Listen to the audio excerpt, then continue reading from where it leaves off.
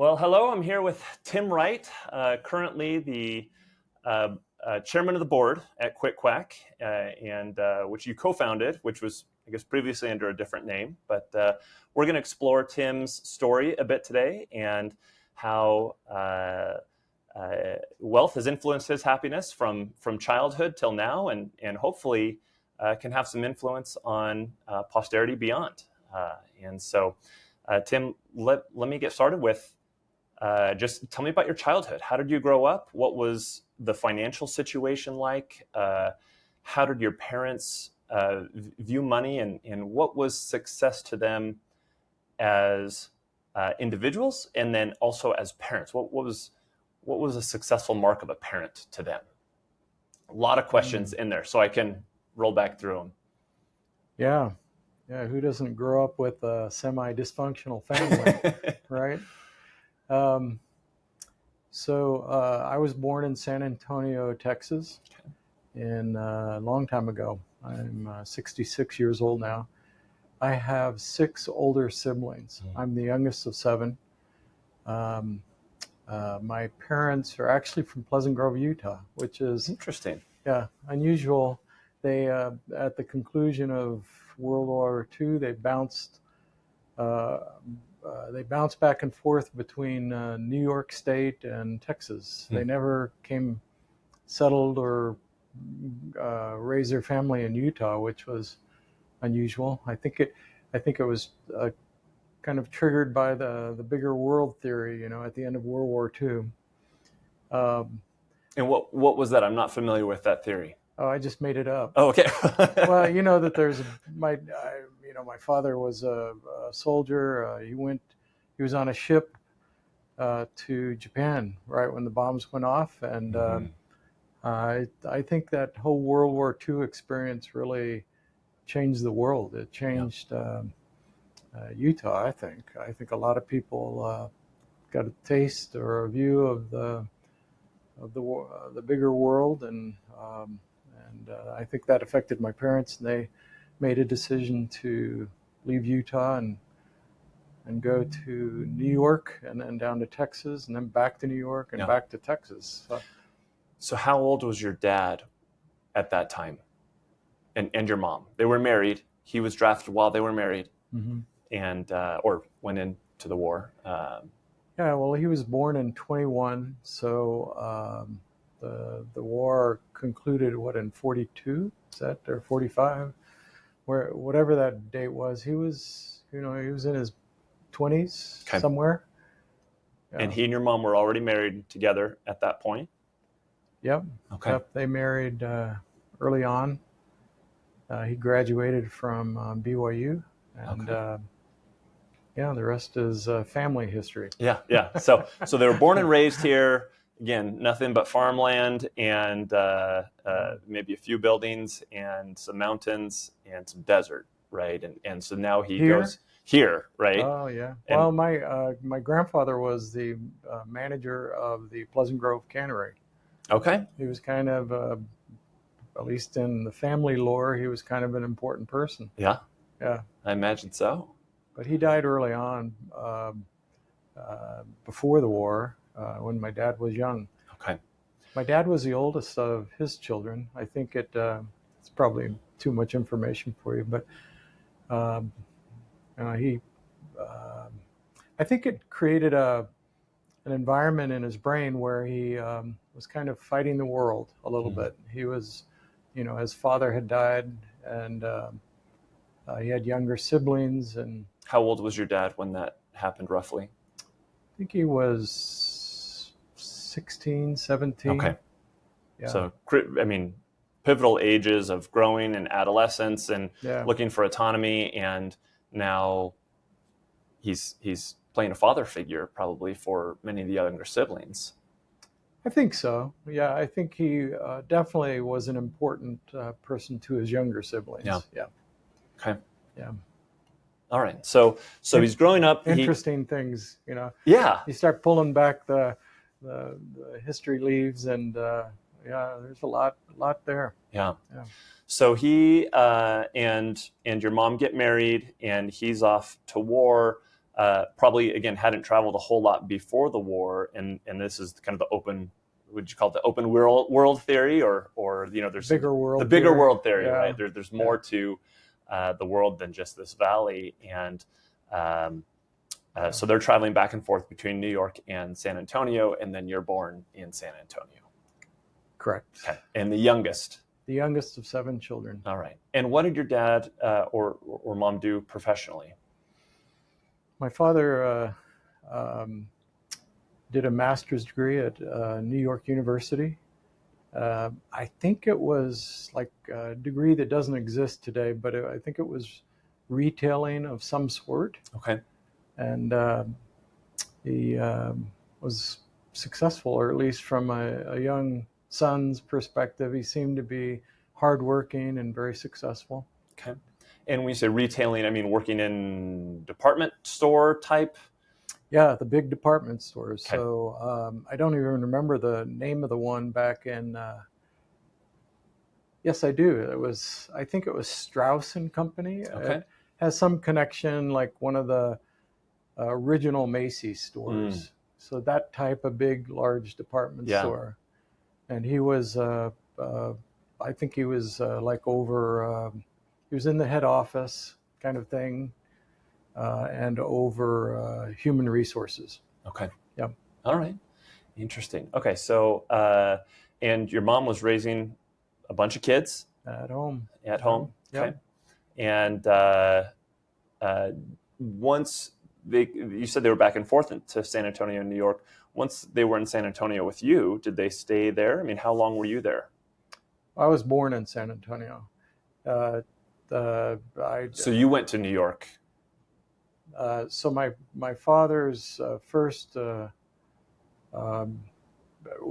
were having children along the way. Mm-hmm. So they originally went to New York. I wasn't with them. They went to San Antonio, and the 3 youngest of 7 were born in San Antonio, and I was the youngest. All right. And he worked for a company that I don't think many people know anymore, but it was called Joske's. Okay. And Joske's was a department store in Texas. All right. And so you were raised, how long did you stay in Texas? Well, I think I was in San Antonio 4 years. I don't remember. I have very few memories of that period of my life, of course. Yeah. I was too young. And then did you move out to California after that? No, well, we're still in the early days of my family's life. They moved back to Rochester, New York, another department store, and then back to Fort Worth, Texas, to Leonard's department store. So he was consistent in his his retailing career up to that point. Somewhere in the Fort Worth period, I was still young. I was maybe 10 years old. I was 8 to 10 years old in that period. He left retailing finally and went to Austin, Texas, as an executive for the Texas Hospital Association. Oh, interesting. Yeah, and he did a labor law negotiation. I don't know, it was something that seemed really, really important to me. He was some bigwig with the Texas Hospital Association. Yeah. Meanwhile, that caused us to move to Austin, Texas, and Austin, Texas is my home. That's your home. That's what you consider where you actually grew up. Right. Everything else was just childhood family moves. All right. Yeah. So was it weird back then? I mean, I know they try to keep Austin weird, but No. but I don't know, No. from when the weirdness started. So.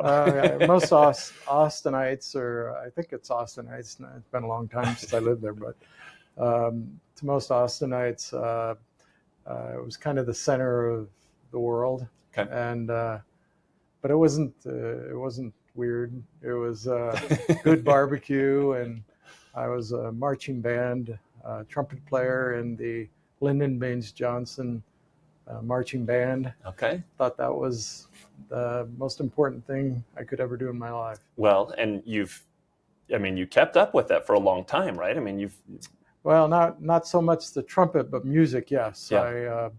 I pivoted when I went to BYU, and the BYU a cappella choir, which is the predecessor to the BYU Singers, was a big part of my life. It's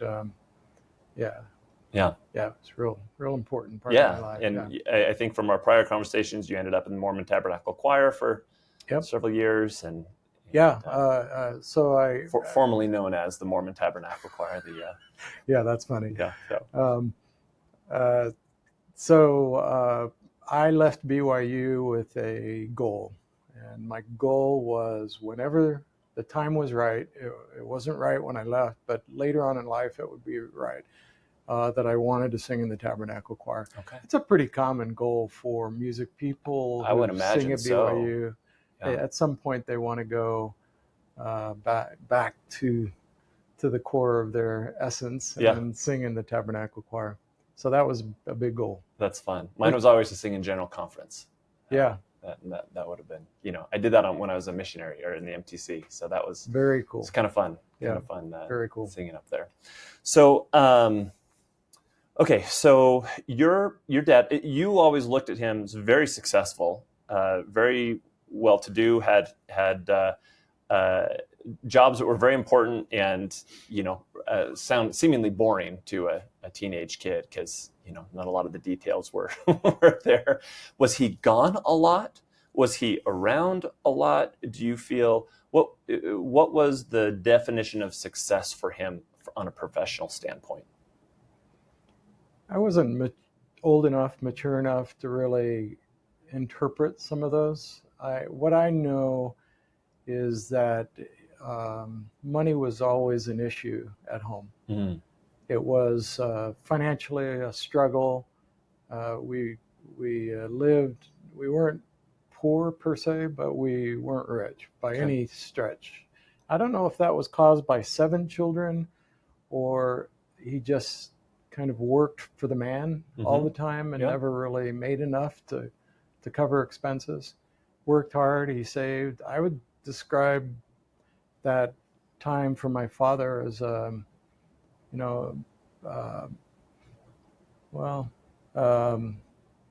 very hardworking period in his career, and he would come home in the evenings. That was the benefit of that job. But church callings took him all over the place. He traveled a lot, particularly in Texas, with church callings. The stakes were enormous. I mean, there might have, I don't know what they were, but they might have been, there might have been 2 stakes in all of Texas. It's a big place. And at one point, and I know there was one in the Dallas-Fort Worth area, or maybe even Fort Worth. I think it was Dallas-Fort Worth. And then there certainly was something down in the central, down by San Antonio where we lived. And then in Austin, it occupied my dad. He was, always in a calling of heavy responsibility. And you could see him come home from church or church travel. And the wind would sweep into the house, and you could kind of smell the travel sweat and his intense love of his church callings and stuff. So it sounded like they were busy, but very fulfilling for him. Yes, for him. Yeah, we didn't see him a lot. I mean, Okay. Yeah.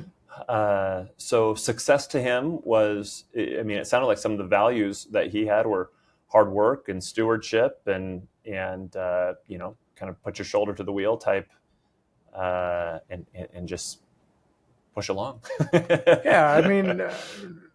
I thought he was an incredible human being with some deep flaws, and I think he was probably pretty normal. Yeah.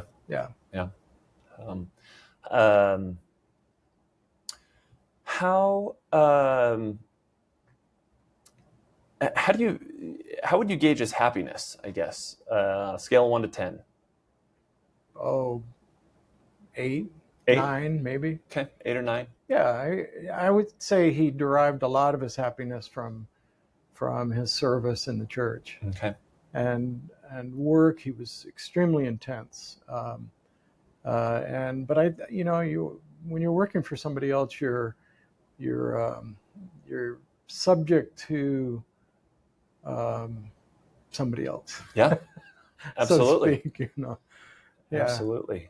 So I think there were problems. I think that's why he kept jumping back and forth as he was trying to improve his career, trying to get out of bad work associations, that kind of thing. The normal stuff. Sure. He wants to find the right fit, place where he felt comfortable being himself and again, providing for 7 children and his wife. And tell me about your mom a little bit. What was her background? Well, she was from Pleasant Grove also. Mm-hmm. I think I mentioned that. But they lived 3 blocks from each other growing up. Okay. We call my mother the angel mother. She was really, really sweet. Mm. Yeah. And she put up with a lot. Not only with having to raise 7 children on her own, but not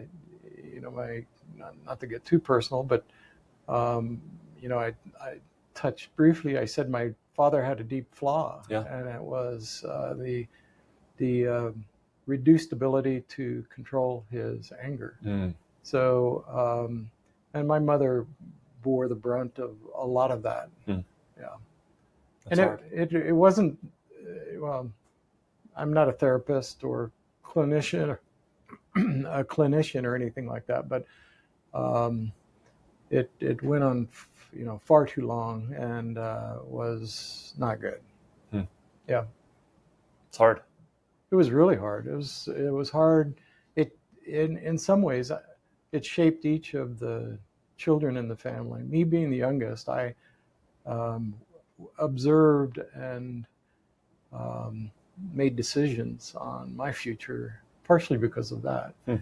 Yeah, it's not the easy stuff that defines you; it's the hard stuff.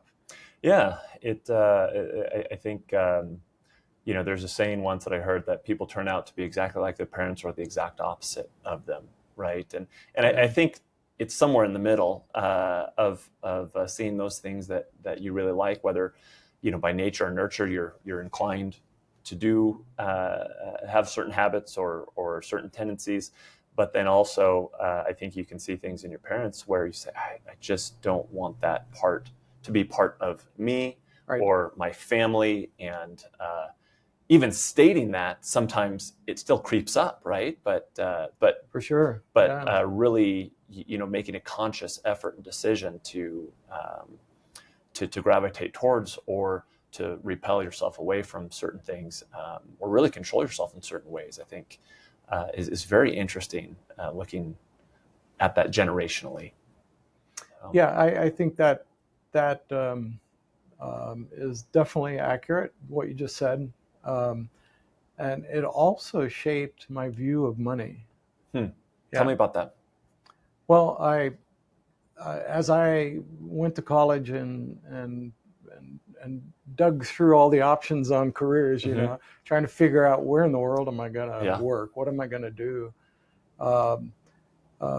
I said regularly to myself or to my wife when we eventually got married, that I could choose to do this career, but I think that puts me in a position like my father, and I don't want to be like that.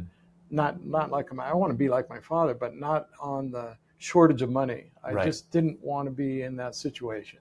And you've alluded to this a couple times, right? But being kind of subject to the man, right? And you're working for the man, and you're in corporate America, and it can be a difficult place to really be yourself and be successful in that. And so, as you're looking at different careers, what were the things again, sounded like corporate America, you kind of repelled, you yourself were repelled a little bit from that. What did you gravitate towards at that point? It's hard to figure that out, when you're doing it in the middle of it. My oldest brother worked for the federal government, and I thought, that would be really cool. So I, for lack of any direction, I chose international relations, which was basically political science. And I no criticisms to BYU's program on political science or international. It was a good launching pad for me, but it certainly didn't take me down the path that I wanted to go down to, the path I wanted to go down. It was actually my father-in-law and his entrepreneurial experience that gave me more direction. Okay.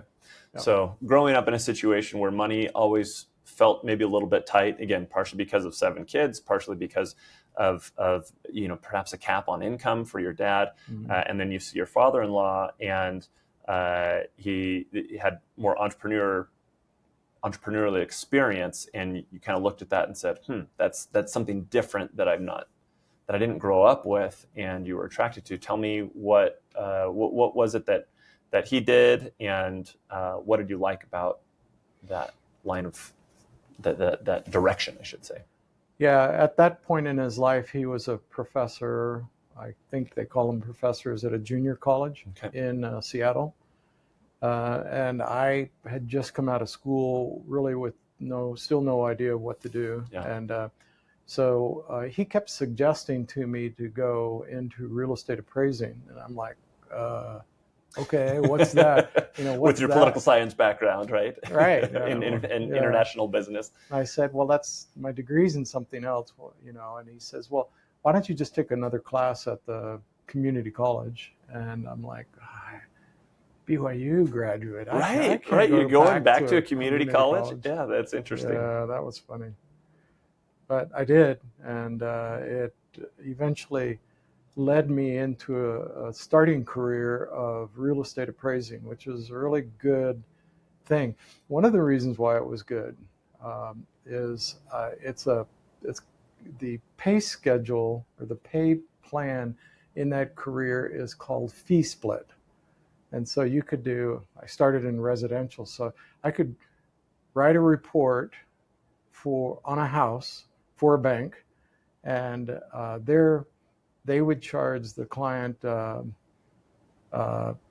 whatever they charge them, or they reimburse. Let's see, the homeowner would pay a fee to the appraisal company. Sorry, and the appraisal fee would be split between the house and the guy that did the work. Okay. And so I quickly learned that if I was smarter, worked faster, worked efficient, that I could do more of them and I could make more money. Yeah. And so I was with boundaries, I was in charge of my own income. And that was a real eye-opening experience for me. Had you always worked in your previous work, just worked hourly pay jobs? Yeah, for sure. Okay. But I worked at BYU. I did summer jobs. I didn't really have a career or anything. Yeah. But you that saw that was my orientation for sure. You saw, if I work harder, I'll get paid more, and smarter. And smarter. Yeah. Okay. Yeah. What were some of the things that you did to be smarter with your time, to generate more income, kind of per hour throughout the day?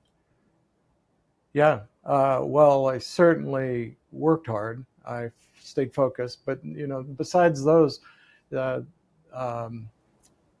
few years down the road, I remember Compaq coming out with a laptop. It's like a suitcase, and the keyboard came out of the bottom, and if I'm remembering correctly, and I also remember. Was it Lotus 123? Was the first spreadsheet program coming out? Predating me, I'm not sure. And this was in Seattle, where Microsoft was. Yeah. And so I saw immediately the opportunity to increase my income. That's what I saw. The company was like, "Oh, that's a lot of money. I'm not sure we want to pay for that." But I had a nice boss, and he kept investing and stuff like that, and crunching a lot of years together. Yes, I use the tools to work faster. So you're leveraging new technologies at the time to be able to do more appraisals per day than you were previously. Is that what I'm hearing? That is correct. Okay. And then I also quickly started leveraging off of training people. Okay. So I was doing the human leveraging. So you're multiplying your time. Right. Yeah. And so you're training people, and are they working for you, or are they working for the appraisal company? For the appraisal company, but they were under me, so to speak. Yeah. Since you were doing all the training, you were being compensated a portion of the fee. That's right. For the work that they were doing as well. Yeah, so, building my own team. Yeah.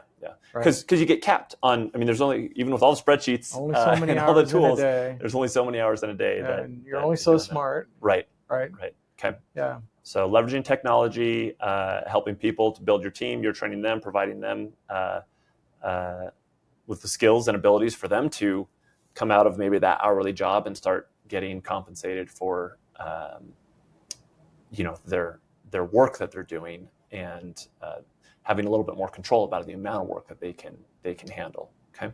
Yeah, that Seattle period for me lasted about 5 years, at which time I was offered a partnership with the company, and they wanted to expand into California. That's how I ended up in California. Okay, got it. Yeah, so leverage became a really important thing for me. I don't know that I use the word right. a lot back I think sometimes then. it has a negative connotation of things, but really, I mean, when you dive down to it, you're trying to use any source of anything, whether it's time or money or whatever, to multiply your efforts, right? I mean, that's ultimately what leverage is. And so, one of the things that kind of kept me focused in my career was, I was chasing a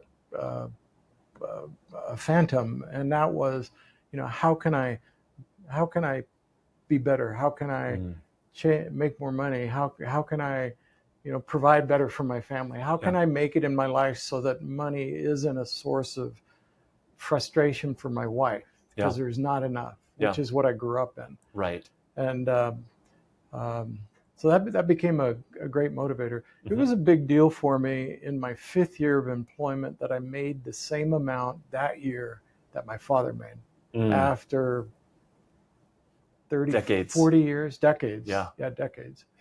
Yeah, that was a big deal. I didn't tell anybody but my wife, but I was inside. I was jubilant. Yeah.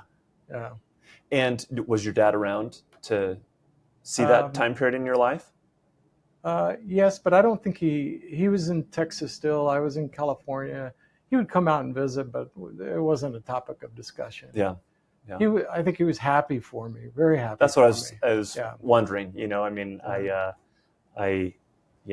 hope my kids do better than I did, and in a variety of different ways. I mean, that as a father, that's how I kind of view my success for my children is am I preparing them for the world, and can they do well, right? And partially by how I define it, and partially by how they define it, because they might define their success a little bit differently than I do. But I think if it leads them to happiness, then I think that's great. I remember my grandmother Richards here in Pleasant Grove, first. When she died, the family, the children, my grandmother, my parent, and her siblings. There we go. They had all these affairs, and they had big family meeting. And when you say these affairs, these business affairs, they needed to figure out what to do with the house. Okay. Yeah, there was nothing more than that. But my dad was put in charge of trying to figure out what to do with the house, and he didn't really know what to do. And I put him in the car. I had called a real estate agent, and I was in my real estate mode. Right. And we went over there, and I sat down and across the desk from the real estate person, and I just started asking.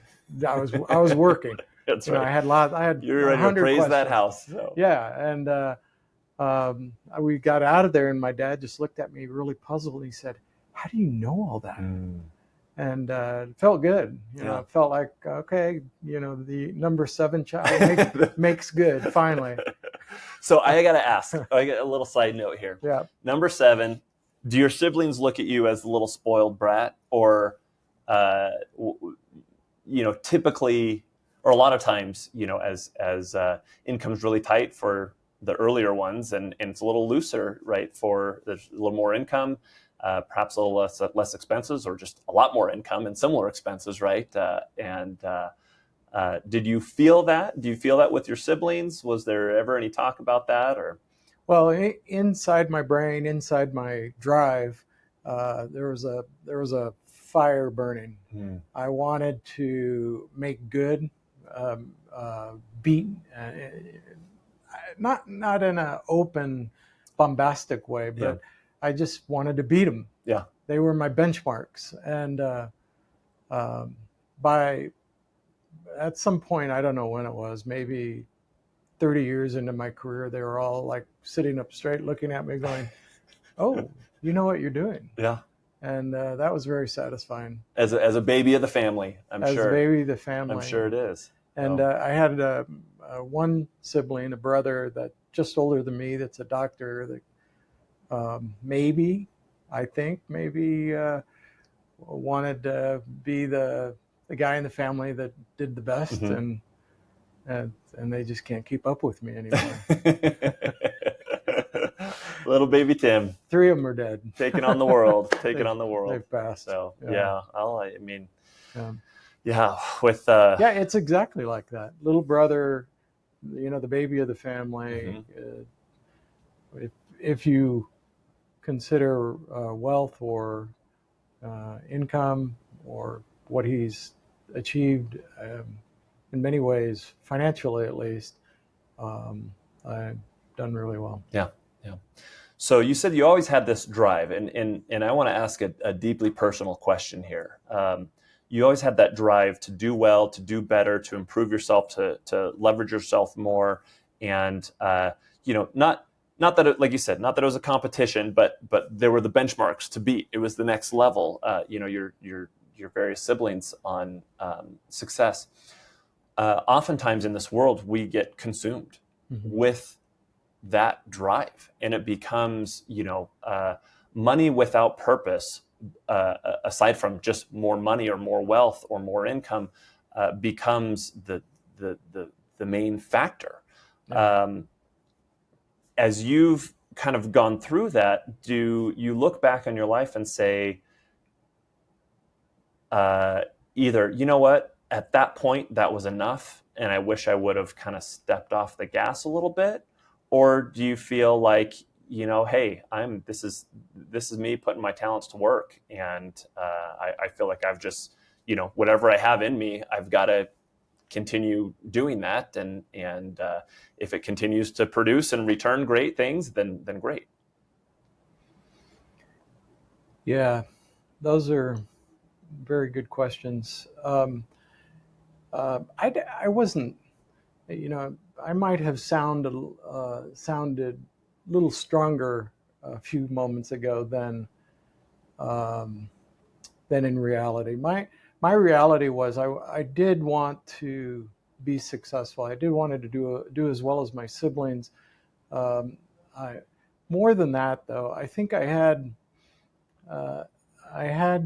some things that I wanted to do. Like, for instance, I knew I needed to get to the Tabernacle choir, but I didn't know how I could do that. At the time that I identified that, I was living in Seattle. Right. Yeah, and you can't sing in the choir if you live in Seattle. Yeah. That's a lot of flying. That was an important. Well, no, they won't let you. Yeah, that's right. So that was an important thing that kept me anchored well. Okay. I wanted to make sure that my wife and I never fell into the trap of arguing about money on a family basis, that we could provide an okay life, but not corrupt or spoil or cause problems with money with our children. So tell me about that. Tell me about some of the conversations you and your wife had as your financial situation changed throughout life. I mean, maybe if you could provide 3 different examples from 3 different time periods of the things that you guys talked about financially and how those would affect your kids? My wife, I would say, turned it over to me. She was like, as long as you're keeping food on the table, and as long as I can do my sewing, the stuff that she liked. And she's very, very talented artist. Just as a side note, just recently, she is just on a tear making quilts, and she loves making quilts. That's awesome. And she's very, very artistic in that way. That's the expression of her artistry is right now. And it pivots, it changes from time to time. But right now, that's her passion. That's her passion, yeah. Or one of them, I'm sure. Yeah, I've kind of gone off point, but let me just say something else that was really important to me. I wanted to have financially literate children. And so from the time they were very little, we've just encouraged them to save, to invest, and not consume, and not spend every dime that they end up with. And so my children have embraced that. And so how do you teach a child that who is a 5-year-old kid in a candy store who just made $1 and what do you do? I mean, do you put limits? Do you put rules and restrictions on how that money is to be used and where it goes? Well, certainly not any rules or restrictions on that, but I think I've done a reasonably above average job teaching them why, what it does for the future. And even when they're young, they understood it. Even at 5 in a candy store? Because my kids at 5 in a candy store, it was more teaching them the framework. Okay. One, pay your tithing, save 10%, and then you can spend what you want. Okay. They're like, sure, Yeah. At 5, So there was a framework that they were kind of, again, at 5 years old, what mom and dad say, that kind of like, oh, okay, I guess that's how the world works. And so they're putting 10% tithing, 10% to savings, and then 80% they could spend, and that was kind of the framework that they were in. Okay. But as I got older, like 10 years old, or anywhere from 5 to 15, I was telling them, look, I want to share with you something good that's happened financially for the family. And I would lay it out and I'd say, this happened because I did that framework. And so they're like, oh, I love that. I want to do that too, Dad. So you were in a position to be able to get that business going because you had money set aside and you didn't spend it on, a nicer car or a bigger house that you could have, but you had some of that money or more candy, but you had more because of that framework and the principles that you were living and the things that you valued. You were able to teach those and show those very clearly to the kids where they started to understand. And again, whether they wanted to choose to adopt those values as their own was up to them, but they could at least see the benefits that they were and their family was receiving because you lived those principles. Yeah, the gratifying thing that's happened is I think it's without exception, every time they've gotten to that point where it's consume or spend or save, they've saved by their own choosing. Without any prompting. They say, no, I absolutely want to save because I know it'll change my future. Yeah. And they're, as adults, they're just, as a father, I'm just really proud of them as to how they've embraced good financial responsibility. Yeah. Remind me how many children you have. I have 4 children. 4. Okay. Yeah. That's fun to see. It's really gratifying. That's fun. And they're all doing very well as adults with their own children financially. And seeing those very well. kind of lessons and frameworks maybe pass on a little bit. And I would like to take some credit for it, but and my wife encourages them to do that too. Yeah. She's in this 100% with me, and we both would probably like to say we did the right thing there. Yeah, great. Yeah. So you were very supportive, very unified you and your wife in raising these kids with these frameworks, and I imagine living, within those frameworks yourself, setting those good examples, and really showing the kids this. I'm not just saying this, but this is actually what we believe. This is actually how we live, and then showing the benefits of it as well. Yes, sir. And frameworks and success in that area brings happiness. I mean, peace and contentment that I don't have to worry about tomorrow as much as I would have if I wouldn't have done that. Right. And that can change a lot on your outlook in life. It can change a lot in your ability to take risk, right? Because in the field that you kind of went into, there was some risk. There was some entrepreneurial risk that you took as you kind of evolved throughout your career. So you were in Seattle for 5 years doing the appraisal thing, and then you were offered a partnership. You went down to California, the Sacramento area. Yeah. At that point. Yeah, that's really interesting. I'm glad you brought that up. I didn't stay in appraisal. I pivoted out of appraising. It was because my side gig of investing and saving had brought me to the point where I was perceiving some of my peers in the industry that were doing deals, so to speak. They were doing syndication deals in real estate. And I'm like, what does that mean? What does that word mean? Yeah. Well, explain it. Well, when it's a fancy word that basically means that you're the root cause of putting a real estate transaction together, and you go out and get the debt, and you put your net worth on the line, guaranteeing the debt usually, and you go out and find investors to help you do it, and you go out and get the management company, and you operate this partnership. When I say a partnership, it's you create the LLC, you bring in all these parts and pieces, and you got to make sure you're on the hook. You got to make sure it's successful and that your investors do well. Yeah.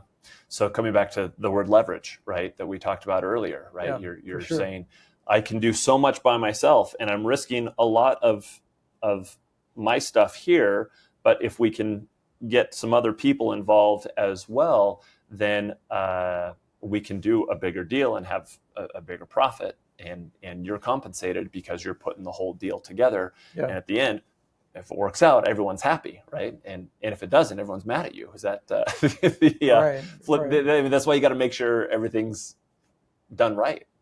Yeah, I can't overemphasize how much that my career number one of real estate valuation, observing other people that are doing these transactions, studying them, seeing my peers doing them, seeing people that failed doing them, how much that prepared me for success on the career number two, which was buying, at the time, our first go at it was self-storage. And we created a company that bought self-storage facilities, and it went well, and investors wanted to be part of our purchases, and they became limited members in our LLCs. Yeah, create some passive income, reasonably low risk for them, and some decent returns, right? Yeah, investors first, and you got to be good enough to yield something after the investors so that it's worthwhile to you too. Yeah. And there's frameworks everywhere in life, and in this particular case, our framework was that we don't deserve a dime if investors don't get their money back. Interesting. Yeah. Okay. And so we have had very few failures, and I credit that to the caliber of people that we're involved with, but also our understanding of real estate at the roots, because of being a consultant or an analyst in real estate for many, many years. Lost my point. Well, you talked about the frameworks and. That framework. We've had very, very few failures. I think one partnership didn't do well, and there may be a second one in there. I just don't remember off the cuff. But we never benefited at the cost of our investors. It's a really big deal. It's another framework of how to do investing right. Is it's not about us. Yeah. We're grateful for investors that make it possible. Right. Yeah, Right. and so they're rewarded. I had an investor come to me. They called me on the phone. They live in California. They came to our house here in Utah, and they wanted to just chat. And I said, "Do I need to prepare for anything?" And they said, "No, we just want to chat." And they walked in, and all they said to us is, "We want you to know that the way you treated us in this transaction made it possible for us to retire." Interesting. Yeah, and that felt good. That felt Yeah. really, really good. Yeah. Yeah. That's a fun thing. I mean, that's one of the most fulfilling parts of my job is being able to make that transition with clients to working and saving and investing to now I'm able to retire and I've got a path to doing that. It is very, very fulfilling. I call them That's investors, but they're really my friends. Yeah. Yeah. We're not actually doing that anymore. Yeah. Yeah. That's great. So as your financial success grew and your kids grew, and what were some of the other either frameworks or things where you thought, oh, we're in a little bit different situation now, and we maybe need to pivot to start making sure that we're incorporating a different learning experience for our kids, aside from just the giving 10, saving 10, and spending the other 80. Yeah. Well, it didn't stay with just those frameworks. I mean, as the children and their little pot of gold, very small, very small pot. As that evolved and grew, they were then in a position where their decisions became more impactful for them. Like, should I take this pot of gold and should I invest it here, or invest it there? And it's been interesting to listen to them, sit and listen to them talk about it, because they're saying all the right things, they're analyzing it all the right way. And I think that's partially because they grew up in a house where I was very vocal about it. It's like, gather around, children. I want to show you a real life example of how this works. And so you're learning for the future. How was the reception of this? I mean, you've got 4 kids, various ages. Absolutely love it. Okay, so this was something you weren't drudging to do, like, oh, I got to do this. I mean, this was like you were passionate about sharing this with your kids. You were so excited, and they felt that energy, and they were like, yeah, let's hear. There's nothing more satisfying than having successful children, right? Yeah. Yeah, making good decisions, investing correctly, interpreting data correctly. I mean, there's just nothing more satisfying than that. Well, there are a lot of things more satisfying. I mean, strong in the gospel of Christ. I don't know who your audience is, but being a follower of Jesus is more gratifying. But as it relates to living and having resources to raise a family and so on, that's gratifying to see your children make good choices. Yeah. Yeah. Imagine so. Yeah. And so you're sitting down, you're talking about, I mean, would you share with them kind of some of the deals that you would do? And what were these little family councils like? Yeah, I have, I'm known for spreadsheets with my children and other people. I have a master spreadsheet. I call it my life planner. Okay. And on it, there are a lot of calculations and investments and growth. And I'm very open with that with my children. Yeah. And I tell them when I've been successful. I show it to them. I tell them when it's been not successful. I show that to them. So they see the vulnerability on that as well, and not just the successes, but also the, hey, this didn't work out as planned, and this is what happened. This is what I learned. I'm not trying to be vulnerable. I'm trying to teach them. I'm trying to help them not make mistakes that other people make, Got it. including me. Yeah. Yeah. So you're sharing those to say, hey, watch out for this. Yeah. Throughout your life. Okay. I have grandchildren now that have a spreadsheet. It's on Google Sheets, which is a real evolution for me. This is not the 1, 2, 3, whatever 1, 2, 3 no, you were talking about before. Or it's evolved to Excel or No, they can invest with grandpa. Okay. And it's a manufactured, fabricated investment thing. Basically, if they put in $1, I match it for every whatever they put in. Okay. I match it, and it grows at a 20% annual rate. All right. Oh, that's a pretty good deal. You can't beat that. But what do I need to do to be a grandkid of yours? Yeah. That what does it great. teach them? I mean, it teaches them the same thing that I could do with my children when we were all in the same household. I can't do now because they have their own households. Yeah. And so with my grandchildren, I'm like, how can I make this interesting to them? And so are they sending you money on Venmo, or how does this work? They hand it to me usually around Christmas time. Okay, all right. So it's a little pot of gold. Yeah, a little pot of gold. It'll be worth something someday. I think they're up to $500 or something, which is huge. And they're seeing it on their spreadsheet, and they can kind of see what it's growing. And they can check in on the Google Sheets document. Yeah, oh, that's fun. Yeah, that's a lot of fun. So. I'm hoping that none of my children or grandchildren ever have arguments about money. Yeah. That they're unified as adults in the principles that need to be upheld, and they're unified on their decisions, their financial decisions, that they don't have to worry about where their rent gets paid from or a mortgage gets paid from, or if they can make the mortgage, et cetera, et cetera. I'm hoping that just never happens. And I think that's Pollyannic. I was going to say that's a great hope. What do you do to make that hope hopefully become a reality? Well, we have financially fluent children, their spouses that come from different families, by the way, and they're not completely financially fluent, but they're learning. Yeah. They're catching up. Yeah. And you're saying fluent, not affluent. Right? I'm fluent. Talking about they speak, they financially understand fluent. The language of finance and that's right.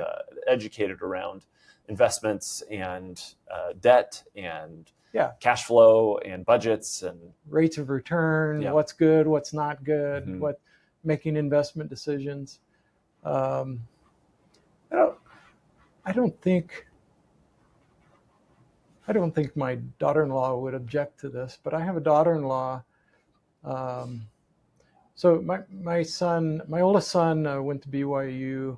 He wanted to go into MBA program at a top tier university, but he couldn't get in.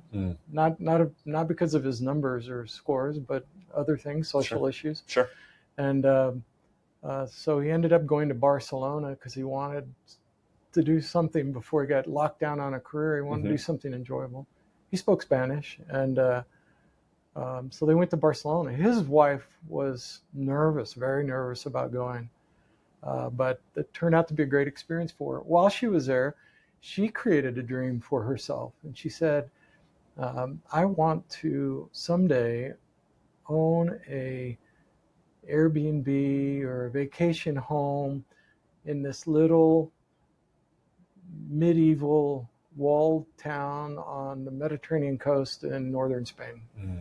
And I'm like, well, isn't that nice? Now, did she have this dream before Spain, or was this when they were living there? She kind of came up with it. She was nervous about even going there. Okay, all right. So So she's living there, and she's like, this would be an awesome place for people to come and visit and feel safe. And as nervous as I was to come here, like this could be an easy path into doing this for them.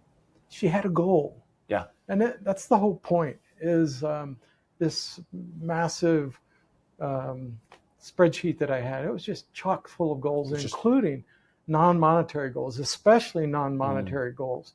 And one of those goals on my life planning spreadsheet was singing in the Tabernacle choir. Mm-hmm. And in fact, it forced me to figure out how to push all the monetary goals out of the way to go do something of real worth. So to you, that was of such high value that, from and for those who don't know, I mean, there's certain requirements. You have to be able to sing well, but there's also age requirements with the choir. That's right. And so you've got to get there before the typical retirement age, or you're not getting in, right? And so that goal kind of helped ground you to say, I need to understand when enough is enough so that I can get there, rather than saying, I'm just going to build my empire as large as I possibly can. Is that? Absolutely. And it also helps you to think through all those rules to make sure you can do them all. Yeah. Like, you have to live in Utah to sing in the choir. You have to live within 100 miles of the Tabernacle, I think. Okay. And you have to be that you can't, when you're 60, you're out of the choir. And the maximum you can be in the choir is 20 years. I mean, there are all these things, these puzzle pieces, and you have to work them out to make sure that if you're going to be in the choir, like I was in the choir, I'm going to come back to Spain in a minute. Okay. That it lines up. You just don't want to get to the end and say, well, I'm ready to audition, and you can't, right, because of the rules, or you live in the wrong state, or financially you're not ready for it. You have to figure all that out. But this is just... And that could be for the choir, or that could be for a variety of different things that you're really passionate about and that you want to have fulfilled on your bucket list. So let's go back to Spain. Okay, back to Spain. So this daughter-in-law said she developed this dream, and she said, I would like this dream to come true. And at Airbnb, she wanted it to be an income-producing property, but that she could use also. And she came back. My son and her came back from Spain with their children, and live here in Utah. And for years now, she has been working on that dream. Okay. And tracking properties and working on down payments and saving money and investing and trying to figure out how to make it all work. All these things, just like the choir, all these rules or these things that have to be in place. She finally found a house. She's like, and she looked and couldn't ever make it work. She found a house. But get this, the house is from the 14th century. It's a stone house inside of a walled city. And she couldn't figure it out. And she ran up against some additional problems. But now the house felt right. But these other problems, financial problems, because it was a little bit more expensive. And as an Airbnb, she's trying to make it an investment thing for her. Well, the short version of the story is she figured it out, and she bought the house, and it's in play, and it just went into play this summer. I mean, available for renting this summer, and it's basically been full because it's such a cool house. Yeah, it's been rented almost from the time it opened to today. Good. So how long have they been working on that? Well, how many years? I'm not sure I know the exact number, but I'm going to say 10 years. 10 years-ish. Okay. Yeah. So 10 years. So working on it. I mean, that's a dream. It's a goal. Maybe it's on a spreadsheet. Maybe it's just, obsessively in there in her head. Or maybe it's in the background there, guiding all of the other decisions as kind of this core goal of, hey, I want to do this one day. So here's a question that maybe they asked, maybe they didn't. Why didn't you just pay for it, Tim? Just make it happen several years ago. You could have. Well, I'm not into enabling dysfunction. Okay. I want them to learn. Okay. I want her to go through the struggle. I want her to figure it out and use her own brain power. I want her to have that joy that comes when you set goals, you achieve goals, you stretch and learn and grow. that's the value of that experience for my daughter-in-law. Yeah. If somebody would have just handed it to her, it just wouldn't have delivered the same result. Yeah. Yeah. Oh, maybe it would monetarily, but not from a full, again, life satisfaction and learning and growth, and wouldn't provide the same happiness to her, I'm sure, that it provides, now. There's so much happiness that comes from seeing something, tackling it, wrestling it to the ground, slaying it, and creating it. Yeah. There's so much joy in that, and especially if it's financial, and the reward is that your family eats and your family takes a step forward in their life, in many ways, in education, self-education, financially, whatever it is. There's so much joy in that. And to them, maybe it's 2 weeks in the summer in Spain that get paid for by the profits of the rental. Yeah, wahoo! I mean, incredible. That's great. It's really cool. Really cool. Something to talk about at dinner for sure. Good for them. Good for them, and good for you for again looking at and just valuing the experience of creating that. And I think a lot of times that gets missed when wealth gets tossed around too easily. And by the way, it's not just that daughter-in-law. I don't take credit for this, but there's something supremely satisfying that has come out of having functional adults. And we've had challenges. I mean, I have a son that fought in Iraq, and that was a very bad thing. That's not a good thing. War is never good, but when it's your child in war, it's not a good thing. And what is good is his desire to be patriotic, to help our country. And that is very, very valuable. But the things he had to see and the things he had to go through, not good. And but even him, I guess I brought that up because I'm saying it is wonderful to see children that are driven by visions, dreams, goals, and just make it and rocking it. I mean, really doing well with it all. And I see that through all of my children and their spouses, and that's really joyful. I really revel in that happiness. That's fun. I love that. Yeah, that's fun. We've talked about success and having a goal and accomplishing it, and when something takes 10 years or 20 years or 5 years or whatever it is, sometimes we don't talk about the failures that happen along the way. But I think in one case we could say that your daughter-in-law failed every day for 10 years, for 9 years and 360 days, right? Until it finally all came together. I mean, it was just obstacle after obstacle after obstacle that she was able to, as you mentioned, just take down and slay, and to create that. I want to correct the word you said. All right. I understand the word failure. I mean, we all have failures, but I would rather call it struggle. Okay. Struggles is like what we do when we're building muscle strength.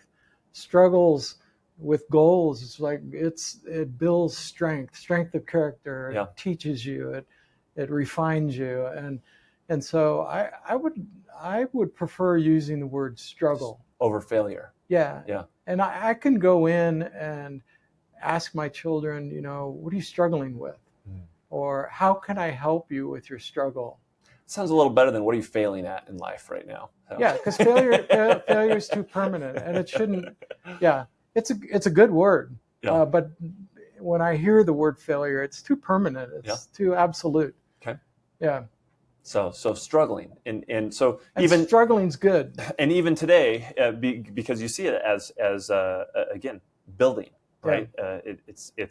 It's the difficult part of building. As you use that muscle example, and so even today, you go and talk to your kids. What are you struggling with? Yeah. And how do those conversations go? Well, I don't know that I can't confirm that I use the right word, but I call them. I say, "Hey, what's going on, and what's worrying you? What's challenging you? Yeah. What's your struggle today? Yeah. Or this year? Yeah. Yeah. Oh, that's great. That's great. You haven't asked this. Okay, well, let's. But a year and a half ago, I was diagnosed with cancer. Did I tell you that earlier? I knew there had been some health complications, and I did want to talk about how does that change things for you? How does that change your Excel spreadsheet full of goals?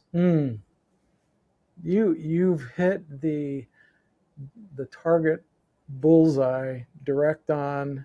It is so difficult for me. It forced me to. I mean, if you only had a few months to live or a few handful of years to live, you don't want to give them to work. Yeah. And I was still in full stride at work, and I thought I was young. You were? It surprised me. Yeah. I mean, I started looking more realistically in the mirror at how my age at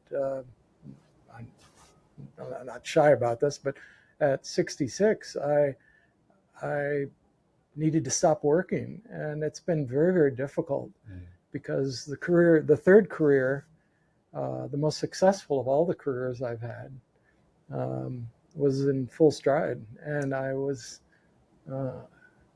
not willing. Resistant is a better word. I was resistant to just shut the door and go home. You introduced me as chairman of the board. I'm chairman of the board, but I'm on medical leave, and I don't know how long that title is going to last because there are a lot of physical things that happen to you when you're going through this. Yeah. Yeah. So how do you deal with that? How do you reconcile your goals and say all these things that I was working on, and like you said, you were in full stride of this business, and it's done phenomenally well, and to then say I'm going to get sidelined because of an injury, right? This illness is going to take you out of what you've been working so hard for in your professional career. And you're passionate about it, you love it, it's your baby, you've seen it grow for the last 20 years or however long it's been, and there's probably many more things on that spreadsheet that then what do you do? I haven't looked at the spreadsheet in a while. Okay. It's a work in progress trying to reconcile all the things on that spreadsheet and where I am physically. I don't know if I'm going to get there. But as I say it out loud to you, I was never creating that spreadsheet just to get there. It was the thing that motivated me every morning. When some mornings I didn't want to get out of bed, I said, I got to get out of bed because I have a plan. Yeah. And I want to go sing in the choir, or I have a plan and I want to reach this financial goal. And when you're talking about getting out of bed, you're talking about pre-diagnosis, as an entrepreneur, sometimes you don't have someone telling you what to do for the day, and you do kind of think, do I need to get out of bed, or can I just hang out here? And you articulated that correctly, and it's the reality is that sometimes in your life you fabricate things to give you the right energy to go do things. And as a career entrepreneur, it's all on you. Yeah. It's all on me. Right. I have to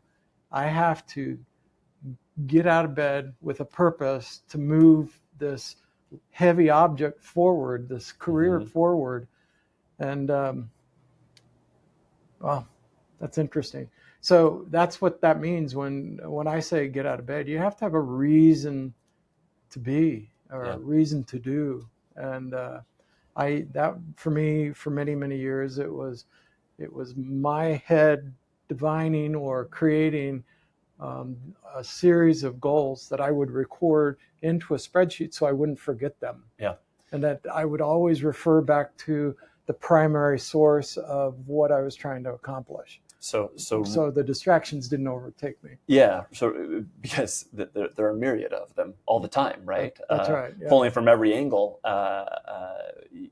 whether it's your work, or whether it's the obstacles that you're struggling with at work, or whether it's church, or whether it's family, or so many different pieces.